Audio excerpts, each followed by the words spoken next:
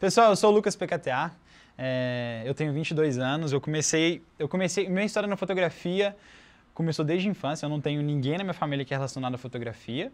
Eu comecei a me inspirar porque, como eu sou praticante de parkour há 10 anos, então o que cogitou muito para poder ir para essa parte do audiovisual. Na época eu treinava parkour e queria ter outras pessoas para treinar junto comigo. E uma forma de eu impactar e levar o que eu fazia para outras pessoas era através do visual, né? Para mostrar onde era, quem era, o que a gente fazia. E como na gringa sempre tudo chega primeiro, lá é onde eu tinha as referências de revista, de Red Bull, de tudo que a gente via na televisão. E aí eu comecei. Minha mãe tinha uma câmerazinha na época, que era uma PowerShot. Comecei a fazer as fotos. Eu vi que no início aquilo... A fotografia é assim, né? Quando você abre espaço para ela entrar na sua vida, ela começa a fazer você ver outras coisas. E como eu já vinha dessa parte do parkour, que tudo eu podia pular, tudo eu podia aproveitar de alguma forma, ou extrair algo daquilo ali, eu comecei a ver que na fotografia era a mesma coisa. As mesmas árvores onde que eu ia pular, era a mesma árvore onde eu podia fotografar. E às vezes fotografar ela por ser bonita e colocar algum movimento. E aí eu percebi também que o que eu levo muito hoje, que toda fotografia que eu quero fazer tem algum movimento, tem alguma pessoa. Eu sempre achei que só a paisagem não complementava tudo que eu queria. E aí deu início, né? Eu comecei a mostrar meus trabalhos para as pessoas virem treinar comigo. E aí eu comecei a gostar cada vez mais da parte fotográfica, porque contava muito do que eu sentia. Tanto que todo o processo que eu tenho também dentro do audiovisual, meus pais passaram por um processo de separação e nessa mesma época eu me joguei de cabeça, né, para poder conseguir ocupar a mente. Então tudo que eu tinha também de visual, tudo que você vê meu de visual, mostra um pouco do que eu sentia na época, do que eu estava vivendo. Então eu tentava mascarar, mas sempre ver o lado bonito. Aquelas frases famosas de fotografia que a gente vê que você pode fazer foto bonita de qualquer coisa. Não é que você pode fazer foto... o fotógrafo faz foto bonita de qualquer coisa, justamente porque tudo que ele vê é diferente. Tanto que hoje todo mundo fala assim, mas você tem um olhar para fotografia que é incrível. Não é que o meu olhar para fotografia é incrível, todo mundo tem um olhar incrível. A diferença é como que você consegue explorar isso.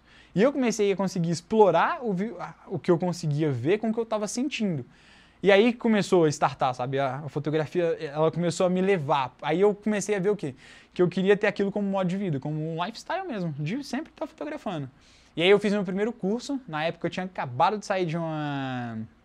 Eu queria muito trabalhar, meus pais não tinham condições de me dar uma câmera, e eu queria porque queria ter uma câmera. E aí o que eu fiz? Comecei a trabalhar como menor aprendiz, que aí também tem outra grande história por trás, mas eu comecei a trabalhar como menor aprendiz, e toda a grana que eu recebia, meu primeiro emprego, minha demissão foi assim, foi muito engraçado. Eu estava tentando, tinha 4 meses que eu queria ter um emprego. Aí, o dia que surgiu a minha segunda entrevista, que eu tive a oportunidade de ir, foi no Jardim Canadá, então eu pegava 3 ônibus para chegar na empresa, e eu fiquei esperando durante 1h30 para a entrevista começar. A mulher virou e falou assim, pessoal, é o seguinte, cheguei, a entrevista de vocês aqui é longe, é frio, o salário é R$250 por mês, quem quiser trabalhar é só voltar aqui amanhã que tá todo mundo contratado. Aí tinha 15 pessoas na sala. Aí eu comecei a trabalhar assim. E aí desses 250, eu pagava R$200 de uma câmera. Minha primeira câmera foi uma Handycam, porque não dava para comprar a câmera, que trocava de lente. E é aquela, né? Você tem que fazer o melhor que dá com o que você tem. Comprei uma Handycam, só que ela não fotografava nem 2 megapixels. Ela fotografava, tipo, tirava um print do que ela fazia de vídeo. E aí logo depois, nessa mesma empresa, foi onde a minha ex-chefe me deu a possibilidade dela tirar uma câmera no cartão pra mim, e aí eu não recebi o salário, tipo, ela só debitava automático. Quando eu saí dessa empresa, eu peguei toda a grana que eu tinha assim, né, R$800 do meu acerto como menor aprendiz, e investi em um curso de fotografia. Foi engraçado porque na mesma época que eu investi em um curso de fotografia, eu fui professor na mesma escola onde eu estudei. Então assim, eu comecei a fotografar, comecei a entrar de fato para o mundo da fotografia. Quando aquilo começou a me tomar por gosto, eu falei assim, cara, como é que eu vou fazer agora para trabalhar? Porque eu não quero voltar porque eu fazia anteriormente, eu quero fazer isso. Só que você, como tudo na vida, você não consegue ver um norte, né? As portas não se abrem assim de fato da primeira vez. Nessa mesma escola, eu sempre tinha o costume de ficar mostrando minhas fotos, porque todos os lugares eu ficava muito curioso. Nesse processo que eu era menor aprendiz e que eu já tinha uma câmera, todos os dias que eu ia, eu sempre tenho essa percepção da vida, né?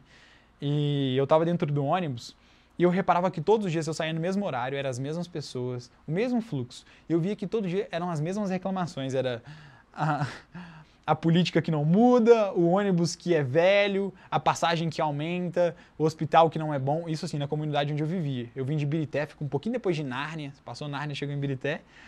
E como era sempre a mesma reclamação, eu reparava que o parkour fez com que eu pudesse ver outras coisas em que as pessoas não viam antes. Então toda vez que eu estava no ônibus, que eu ficava prestando atenção que as pessoas reclamavam da mesma coisa, eu ficava encostado no vidro, eu via que todos os dias eu saía no horário aproximadamente 6 a 8 horas da manhã, então eu sempre pegava a melhor luz, eu sempre passava por lugares incríveis, e eu comecei a ver que eu tinha a possibilidade de observar a luz e observar lugares para praticar parkour ou para fotografar alguém, sempre nos mesmos lugares que eu passava. Então quando eu comecei a fotografar, que eu ia para as locações, as pessoas perguntavam, onde é isso? Eu falava, cara, a gente passa lá todos os dias, no mesmo lugar. E aí a minha mente começou a se expandir, assim. Então foi basicamente isso. Eu morei em Birité, na época eu comecei a treinar parkour e eu precisava de conseguir trazer outras pessoas para treinar comigo. E a fotografia foi o que me ajudou nessa época. Só que ao mesmo tempo eu comecei a me apaixonar muito por ver o que eu gostava de fazer com o visual, né? Era eu vendo o que eu poderia fazer. Então as referências começaram a ser gringas. Aí eu falei, cara, eu preciso estudar para conseguir chegar nessa técnica. Porque eu vi as fotos dos caras fazendo mortal e era tudo congeladinho, bonitinho, e as minhas eram tudo só um borrãozinho assim, ó. Aí eu falei, eu preciso descobrir como que eles conseguem fazer isso. Vi aquele fundinho desfocado, maravilhoso. E aí eu queria unir o que eu tinha do mundo do parkour com o que eu tinha de visual. Aí eu comecei a estudar fotografia. Na mesma escola onde eu estudei fotografia, eu comecei a dar aula. E aí eu comecei a me descobrir como pessoa através disso. Assim. Eu não sabia qual mercado que eu ia seguir, assim, né? Você começa a se questionar, pô, mas o que eu gosto? E eu acho que é uma pergunta natural, porque você não experimentou nada ainda. Eu comecei a ir um pouquinho em cada nicho, assim. Eu gostava do que eu fazia, da vivência do parkour, mas aquilo não era algo que eu poderia vender facilmente. Até porque quando eu comecei a fotografar, eu tinha 14 anos. Então, não tinha como eu apresentar aquilo para alguém. Pô, sou fotógrafo, tenho 14 anos. Então eu experimentei um pouquinho de cada coisa. Eu comecei fotografando 15 anos. E aí Só que o que eu reparei? Toda vez que eu fotografava 15 anos, eu não queria só aquelas fotinhas, sabe? Posadinha, bonitinha. Eu via como que eu poderia usar a composição, assim, o cenário, porque eu falei, eu sempre gostei da paisagem, mas nunca gostei da paisagem sozinha e nunca gostei da foto da pessoa, só a pessoa sozinha. Então eu tentava casar um pouco dos dois, que é o que eu via no cinema. Tanto que futuramente minha vida foi sendo levada para esse mesmo lado, assim, que o cinema não era só a pessoa, era a pessoa e o fundo. Porque o que eu sempre reparei na foto, que isso me ajuda muito hoje? Se eu tiro a pessoa, tem foto. Se eu tiro o fundo, tem foto do mesmo jeito. Então isso me ajudou a pensar muito. E aí eu fiz no artístico, não era tão nu assim, teve uns que foi nu, mas eu passei pelo no artístico, fiz 15 anos, fiz aniversário de criança, que era do caralho, que eu adoro criança, né? Então eu queimei um monte de capetinha correndo. Você tinha que conseguir acertar um deles. O meu primeiro aniversário, eu fiz 2.500 fotos, velho. Foi muito engraçado porque eu ralei pra caralho depois. Fiz 15 anos, depois fiz aniversário infantil, fiz casamento. Só que eu vi que ainda não era o que me atendia, mas foi legal porque eu tive a experiência de experimentar um pouco de cada um. E aí que veio a forma em que eu vivo hoje. Eu fiquei pensando que o nicho que eu queria atuar é um nicho muito específico, que era trabalhar com o que eu fazia no meu estilo de vida e levar aquilo para a fotografia do que eu vivia. Então eu ficava pensando, como que eu vou poder apresentar isso para alguma pessoa? E aí, como ainda minha referência era o cinema, eu via nos vídeos e até nos filmes, quando tinha parkour, quando tinha cenas de ação, como tudo era montado. Então eu pensei, como que eu posso levar isso agora, começar a pensar na fotografia, tanto na fotografia mesmo, e na fotografia do filme. Como que eu posso unir os dois, né? Sempre que eu vou fazer uma foto, a foto é como se fosse uma cena, e a cena tem uma fotografia bonita dentro. Então eu comecei tudo que tinha de inspiração para fotografar, vinha dos filmes. Então eu observava como que era feita a composição, como que era feita a iluminação e como que a iluminação interferia ao longo do caminho, porque na fotografia a pessoa está ali, está parada. No vídeo a pessoa está em movimento. Então como que fazia para manter a mesma iluminação do início ao fim, quando tinha movimento de câmera, e aquilo eu sempre fiquei muito instigado. Então como que vinha o posicionamento. E aí hoje todo dentro desse contexto de ficar questionando muito, eu via muito making off de filme, que foi o que me ajudou a ver, tipo, pera, como é que os caras posicionam a luz? Eu ficava tentando ver tentando ver o monitor da câmera para ver o que eles usavam de coloração, porque a cor sempre era linda. E aí eu comecei a descobrir os caras que eu mais admirava em relação à fotografia. O Wes Anderson hoje é uma das minhas referências muito legal, porque ele consegue montar uma simetria, assim, que todo quadro que você para, assim, é uma fotografia bonita e a cena acontece dentro daquilo. E aí sim eu comecei a me despertar que isso, trazendo isso para os meus filmes, assim, uma coisa que eu reclamava muito, qualidade do vídeo. Eu demorei para ter uma câmera que fosse uma câmera de verdade, não que as outras não fossem. E eu agradeço por ter passado por todo aquele processo, de ter uma câmera ruim, ter uma pior ainda, depois ter uma médio, outra médio, duas médios à frente, depois uma câmera boa.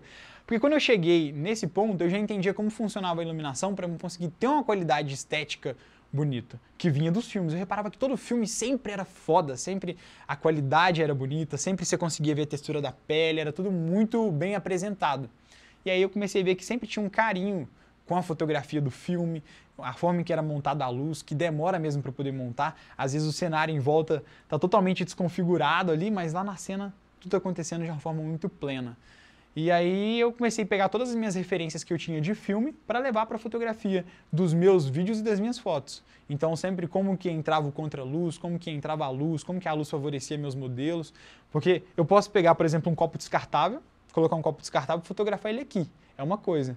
E eu pegar ele e levar ele numa luz lá fora é outra coisa. Então o que eu ficava pensando? Como que eu posso deixar qualquer coisa bonita simplesmente modificando a luz e o contexto em que está inserido? Eu lembro que meu primeiro desafio na escola de fotografia foi fotografar uma maçã. Eu falei, caralho, fotografar uma maçã, velho. E é assim, fotografe uma maçã. De uma forma que não seja óbvia. Se for óbvio, você está fazendo só o dever de casa. Quando você faz só o dever de casa, não funciona, a gente sabe. E aí o que eu fiz? Eu peguei uma maçã, ficava pensando, o que tem uma maçã relacionada com a minha vida? Eu falei, sabe o que eu fui? Peguei minha meia, eu perdi essa meia, mas peguei a meia, cortei a volta da meia, coloquei na maçã, fiz 2 furinhos, coloquei o cabinho na maçã e falei que era um ninja. E aí o que eu fiz? Como eu queria trabalhar com a iluminação, fiz uma iluminação de contra para ficar meio que só um pouquinho do reflexo, peguei uma folha de papel branco e coloquei na frente. Então, isso vinha das referências que eu tinha de filme de ação, com um pouco do que eu vivia ali do mundo do parkour, do universo do parkour, de movimentação, e levei aquilo para foto. E hoje, dentro do universo que eu vivo, assim, que é no segmento de vídeo, eu uso tudo que eu aprendi e que eu aprendo ainda observando o que vem dos filmes, da qualidade que é sempre maravilhosa, do cuidado que é sempre incrível, o carinho que tem por trás da produção ali, para me conseguir chegar no final e mergulhar daquela própria fotografia, sabe? De quem vê, virar e falar assim, caralho, que imagem maravilhosa, sabe? Seja de um casal, seja de um retrato, seja até mesmo de um carro que você está filmando, entender os horários em que a luz beneficia aquela qualidade estética, tudo que você vê e fala assim, caralho, que imagem maravilhosa. É aquilo que eu queria, de sempre ter. E sempre consegui unir isso com a história. Então foi aí que começou essa visão fotográfica dentro do nicho que eu faço hoje, que é o vídeo. Então, é bonito e inspirador falar tudo que passou, né? Na fotografia. Mas ao mesmo tempo, todo mundo sabe que nem tudo são flores. Algo que eu enfrentei muito, assim, a minha família nunca teve muita condição. Não é aquela história clichê de, tipo, vou tentar falar de uma forma que não fique parecendo isso.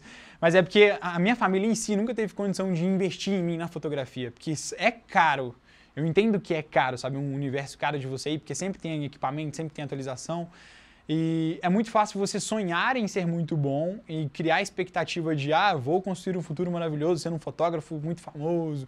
E no início você compra uma câmera e você acha que você vai fazer uma fanpage, que todo mundo vai entrar, vai bombar de cliente e aí você se frustra no primeiro mês. Então, para mim também foi a mesma coisa. Eu criei várias expectativas, imaginei várias coisas, só que a caminhada é um pouquinho mais, assim, por baixo do que se parece, sabe? Quando eu comecei a fotografar, por exemplo, eu ia para os mesmos eventos de sempre com a minha câmerazinha tranquilo, sabe? Quando eu comecei a entrar mais para o universo que aí você quer ter mais qualidade, você quer saber o que as pessoas estão fazendo, logo quando eu comecei a estudar fotografia, por exemplo, no curso, todo mundo tinha equipamento top, eu estava lá com meu equipamento que era médio, mas as mesmas pessoas hoje não fazem absolutamente nada, porque uma coisa é você sonhar e uma coisa é você batalhar pelo seu sonho. E aí eu sempre faço uma pergunta para mim mesmo, que é o quanto você quer, sabe? Eu quero ser fotógrafo, tá, mas o quanto você quer? O quanto você quer determina aonde você quer chegar um dia. Porque hoje, com a tecnologia que a gente tem, você não mais tem uma câmera. Não que a câmera não tenha. Tipo, uma coisa é você ter um celular, uma coisa é ter uma câmera. Mas quero ser fotógrafo um dia. Qual que é o primeiro passo que você pode dar amanhã para conseguir fazer isso? Você tem o seu celular, começa com o seu celular. Nada é mais desculpa. E quando eu estudava fotografia, eu fiz o curso 3 vezes. Tipo, eu fiz o curso, eles perguntaram se eu queria ser monitor. Eu falei, pô, top, eu fui monitor. para me ter uma outra visão, então eu fiz o mesmo curso que eu fiz pagando, eu fiz como monitor e depois eu fiz pela terceira vez para ver como professor. No terceiro mês que eu estava lá, eles queriam montar um curso de iluminação criativa, eu falei, pô, aí chegaram e falaram assim, Lucas, você topa fazer um curso de iluminação criativa? Eu falei, cara, topo. Quando começa? Semana que vem. Eu falei, caralho, mas vamos lá. E como eu tinha uma semana, eu perguntei assim, me passa um material para eu poder estudar. Eles falaram, não tem material, você vai ter que montar um material. E aí, imagina, eu nunca tive uma vivência dentro de estúdio até aquela época, né? Eu não tinha tido uma vivência de estúdio para poder falar tudo com propriedade. E aí, o que eu fiz? Dormi todos os dias no estúdio. A minha aula terminava às 7, eu ia para lá e ficava lá, vendo o curso de todo mundo que eu podia. Todo mundo que era da área de iluminação, tanto que foi aí que eu encontrei as minhas inspirações para fotografia e para o vídeo também. E eu comecei a entender melhor a qualidade estética. Depois disso também eu queria montar um curso de vídeo na época. Eu falei, cara, eu não sou o cara que mais sabe no mundo sobre vídeo, mas não tem ninguém na nossa cidade que ensina sobre vídeo. E aí criamos o curso também. Então, assim, tudo é através de um perrengue, sabe? No início eu sonhava muito, eu falava assim, nossa, todo mundo quer ser muito conhecido na área quando você começa a trabalhar, né? Mas quando você começa a fazer, você vê que o buraco é muito mais embaixo do que você parece, sabe? As dificuldades são muito maiores. Você lidar com câmera, você lidar com o seu psicológico, às vezes o mês dá tudo errado, porque às vezes assim, a gente vive num mercado que ele vive em constante oscilação. Hoje eu amo isso. A primeira barreira que eu quebrei na minha vida foi essa barreira da estabilidade. Tanto que todos os meus amigos que vêm disso de ser estável, cara, desde os 14 anos eu nunca tive isso de, eu tenho que ter uma vida estável, que tem que ter um carro, que tem que ter uma casa, que tem que ter uma faculdade. No nosso universo hoje, ele permite que você não precise ter uma faculdade para você ser um fotógrafo. Então isso rompe várias barreiras. Só que ao mesmo tempo não quer dizer que você não tenha que estudar. E aí é onde entra. Eu comecei a estudar muito mais do que eu estaria estudando na faculdade, eu me dedico muito mais. Porque na faculdade, às vezes, você vai porque você está pagando, então você tem que estar lá, você tem que estudar, você tem que saber aquela matéria, então você não aprende, você decora. E no nosso universo, você precisa aprender. E aprender a cair, aprender a levantar, aprender que tudo vai dar errado. Não, você acha que vai dar tudo certo, tanto que você vê aqueles cursos, né? Aprenda fotografia em 7 passos para o milagre, para você ter sua foto incrível e conquistar muitos clientes. Isso funciona? Funciona, mas só que esses 7 passos não é como você imagina, assim, tipo, cheguei, tum. Porque quando você começa, a sua primeira foto não vai dar certo, o seu primeiro cliente às vezes não vai dar certo. Pode ser que dê também, sabe? A vida não é igual para todo mundo. Mas as dificuldades que a gente enfrenta quando você está no universo de produção audiovisual é que nada sai exatamente como você espera. Mas é melhor você mirar no topo e cair na metade do que você mirar aqui embaixo e cair mais para baixo ainda. Então, assim, quando você consegue se programar, consegue entender melhor, um negócio que ajuda muito você também dentro dessas dificuldades é quanto mais você entende sobre o seu equipamento, mais seguro você fica em relação ao que você pode oferecer para as outras pessoas, assim. Então, quando a gente começa a se comprometer também, além do que a gente consegue, você acaba se tropeçando. Então, grande parte dos erros que a gente comete, tanto no mundo do audiovisual quanto na nossa vida, são coisas que você mesmo errou. Então, quando você aprende a assumir esses erros e entender que eles fazem parte do seu crescimento, isso ajuda você a crescer. Então, assim, são dificuldades que eu passei, por exemplo, no início que eu tive, tipo, no início eu ficava assim, nossa, todo mundo tem uma câmera foda, por que eu não tenho? O que tá dando errado? Cara, hoje eu agradeço por não ter tido uma câmera foda de início, porque isso me ajudou a tentar extrair o melhor possível do meu equipamento, para eu poder entender melhor como funcionava a parte técnica, para que no futuro muito próximo, quando eu encostasse a mão naquela câmera, eu pudesse falar, pô, agora eu sei usar. Então hoje eu tenho, tudo que eu sonhei um dia inteiro, hoje eu tenho. Tudo, tudo. Tudo que vier a partir disso aí é lucro. Obviamente não é um momento para não poder ficar estagnado, mas tudo que eu queria eu tenho. E demorou muito mais do que eu imaginava, mas eu entendi que tudo foi num tempo certo. Então todas as dificuldades que eu enfrentei no meio do caminho, não foram exatamente dificuldades, foram mais... Eu sempre falo que é tipo uma fase, sabe? Você chegou, você passa pela fase 1, pô, cresceu. Igual, eu não jogo videogame, não, eu acho que eu perco muito tempo fazendo isso. Mas as pessoas perdem muito tempo fazendo isso. A vida real é mais legal.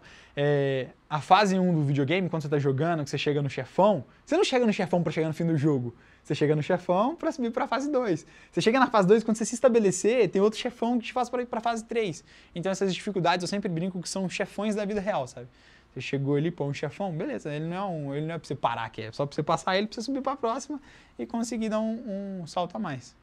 A maior dica, assim, que foi a que eu fiz e que vai funcionar, erre de novo. A gente se priva muito do medo de errar, do medo da frustração de não ter conseguido, ou de confessar Quer ver uma coisa? Nós, como fotógrafos, às vezes quando você faz uma foto que não ficou bonita, aí você fala, não, fica aí rapidinho. Aí você faz outra. Aí a pessoa vai ver, o que você faz? Você apaga a anterior, para ela não ver a anterior que você errou, com medo de que ela veja que a sua foto está ruim.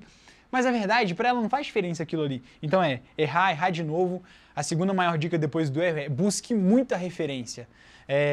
A frase que eu adoro, que eu uso para tudo na vida, se aplica a tudo. A Alice no País das Maravilhas está perdida na floresta, que o gatinho fala com ela? Para quem não sabe para onde vai, qualquer caminho serve.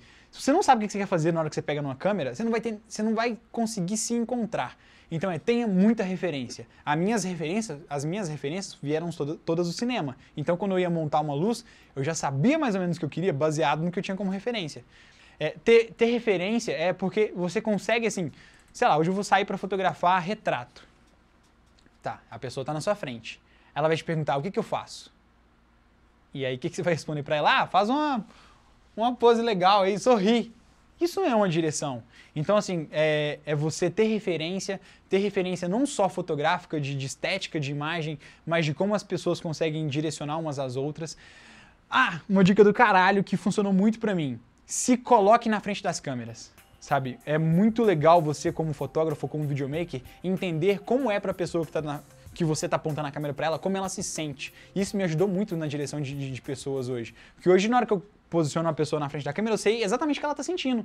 E não é você falar, tipo, sorri, ou olha pro lado. Não, é de você conseguir extrair uma emoção baseado no que você já viu e na forma que você também se sente. Então, para deixar as pessoas mais confortáveis, se coloque na frente das câmeras, faça autorretrato. Isso me ajudou muito, muito, muito, muito. Botar a câmera ali, entender como funciona o tempo, entender como funciona o enquadramento, é você fazer um autorretrato em que não seja só um fundo desfocado. É muito fácil você fotografar com fundo desfocado, que você nem tem que fazer nada. A câmera faz 80%, a gente sabe disso, que fica bonitinho, você joga um presetinho ali, cor legal, fundinho desfocado. Mas de compor. Estudar a composição, ver como que funciona, o que é linha, o que é curva, o que é você conseguir direcionar na regra dos textos, o que é cada um dos itens da parte de composição vai te ajudar muito. Então tenha referência, estude a composição dessas referências. Uma coisa não é só, o cara fotografa retrato e fica maravilhoso, porque ele tem uma 50-1.4, tá? Mas ele tem uma 50-1.4, o que ele colocou de luz? Observar como que ele coloca a luz nas pessoas, o que sempre de elemento tem na mesma foto, o que é a marca dele, é você passar menos tempo analisando muita foto e parar mais em uma foto, sabe? Tanto que hoje eu sigo menos pessoas no meu Instagram, por exemplo, para me conseguir observar mais, conseguir me identificar mais com a característica daquele fotógrafo e conseguir, de fato, estudar. Então tenha referência, estude as suas referências, o que é em composição, em iluminação, o que é que ela está fazendo e erre. Porque na hora que você vê, você vai falar, isso eu consigo fazer, deixa comigo. Na hora que você for fazer, é totalmente diferente. Não vai estar um clima favorável. Eu já vi várias vezes fotos de pôr do sol, que eu falei, cara, hoje eu vou sair para fotografar no pôr do sol. E aí não teve pôr do sol. E aí, você vai voltar para casa? Você vai dar a desculpa de que não tem pôr do sol e que você só faz foto no pôr do sol? Então é de conseguir aproveitar o tempo, o clima em que você está, se adaptar mesmo, assim, sabe? Então ter referência, analisar o que as suas referências fazem de errado, de certo, o que você não gosta. Não é só, nossa, tudo é flores, não. Tem uma coisa ali com certeza que você não gosta. É a cor, é a composição, é a luz, é o erro da fotografia, se adaptar e errar. É não ter o medo de você errar. Uma frase inspiradora veio de um cara que me inspira muito, inclusive. Ela é rápida, sucinta. Eu vou deixar duas, mas uma complementa a outra. A primeira é do more, que é do inglês, né? I don't speak English, tô brincando. Eu não falo inglês, mas ela me ajudou muito, que é faça mais. Você fez um e ficou bonito? Ótimo, faz mais uma. Porque no início, quando eu comecei a produzir, eu fazia uma foto bonita e eu ficava contente com aquilo de, tá ótimo. Então tipo, você fez uma que ficou bom? Faz mais. E fazer mais, sempre, sempre, sempre. Porque a zona de conforto, ela te deixa estagnado sem você perceber, assim, ela vai chegando de mansinho, tipo, aqui tá ótimo, aqui tá ótimo. E você, como fotógrafo ou videomaker, ou que for na área de produção de visual, é muito fácil você se estagnar e você não consegue perceber. Então, quando você menos espera, tem um cara que te passa rapidão. Não de análise de concorrência, mas de algo que você poderia estar fazendo. Então faça mais. Sabe? Faça mais. Você fez um, ficou bom, faz de novo. Fez um, ficou bom, faz de novo. E sem ficar esperando que as pessoas te dê, nossa, ficar esperando elogio o tempo todo, sabe? Tipo, nossa, ficou muito bom. Faça por você. Eu acho que foi o que me ajudou muito a me estabelecer. Independente se tinha 7 pessoas, se tinha uma pessoa, se tinha 70 pessoas curtindo aquilo, eu fazia por mim. Porque eu achei bonito, eu gostei. Então as pessoas vão se adequando àquilo. Então fez um, velho, ficou bom, faz de novo. Não é ali o final, sabe? Eu tive muito aluno que era, ai, eu fiz, e aí, ficou bom? Ah, não, mas você não vai fazer de novo, não? Ah, não, tá bem. Então você não vai conseguir aprender, sabe? Então fez uma vez, ficou bom? Faz de novo. A segunda que complementa essa eu me pergunto todos os dias, que é o que faz a gente caminhar pra frente, né? O quanto você quer. Literalmente, o quanto você quer. O quanto você quer determina o que você está disposto a fazer para conseguir atingir o que você quer. Então, assim, velho, independente do que estiver acontecendo, você pode fazer. Uma sacada que um amigo meu me passou esses dias é assim, digamos que o que você mais quer na vida agora depende da pessoa que você mais ama. Depende da vida da pessoa que você mais ama. Ela está em perigo. Quanto tempo você demoraria para tirar ela daquele perigo? Se ela estivesse correndo risco de vida agora? Tipo, ela vai morrer se você não conseguir fazer isso. Então, o que você faria por isso? Então o quanto você quer. O quanto você quer determina o que você vai fazer. E sempre faça mais. Você pegou um cliente e fez aquilo muito legal para ele, cara, ótimo, vê o que você pode complementar para conseguir ganhar ele melhor ainda, sabe? Você fez um trabalho que você gostou, o que você pode fazer para deixar aquele trabalho melhor ainda? E isso vai fazendo você evoluir como pessoa. E sem choramingar, sem ficar, ai, mas não ficou bom, o cliente não gostou. O cliente não vai gostar, velho, é ser humano, sabe? Você tem o direito de errar, de não ficar bom, ninguém vai gostar de tudo. É de você errar, se permitir errar, e de você sempre fazer. Fez um, faz mais. Ah, deu errado, não gostou, faz de novo. Então faz de novo, de novo, de novo, de novo. Isso quem me ensinou muito também foi a vivência no parkour, né? Só assim, última coisa para poder fechar. A gente brinca que no parkour tem 5 tipos de pessoa que vai tentar subir um muro, assim. Esses 5 tipos de pessoa que vai subir um muro é assim, ó. Tem um muro e você. E 5 pessoas para tentar subi-lo. A primeira pessoa é aquela pessoa que vai tentar subir um muro. Ela vai tentar e vai falar, ah, isso não é pra mim não. Tem assim no mundo da fotografia, a gente já viu.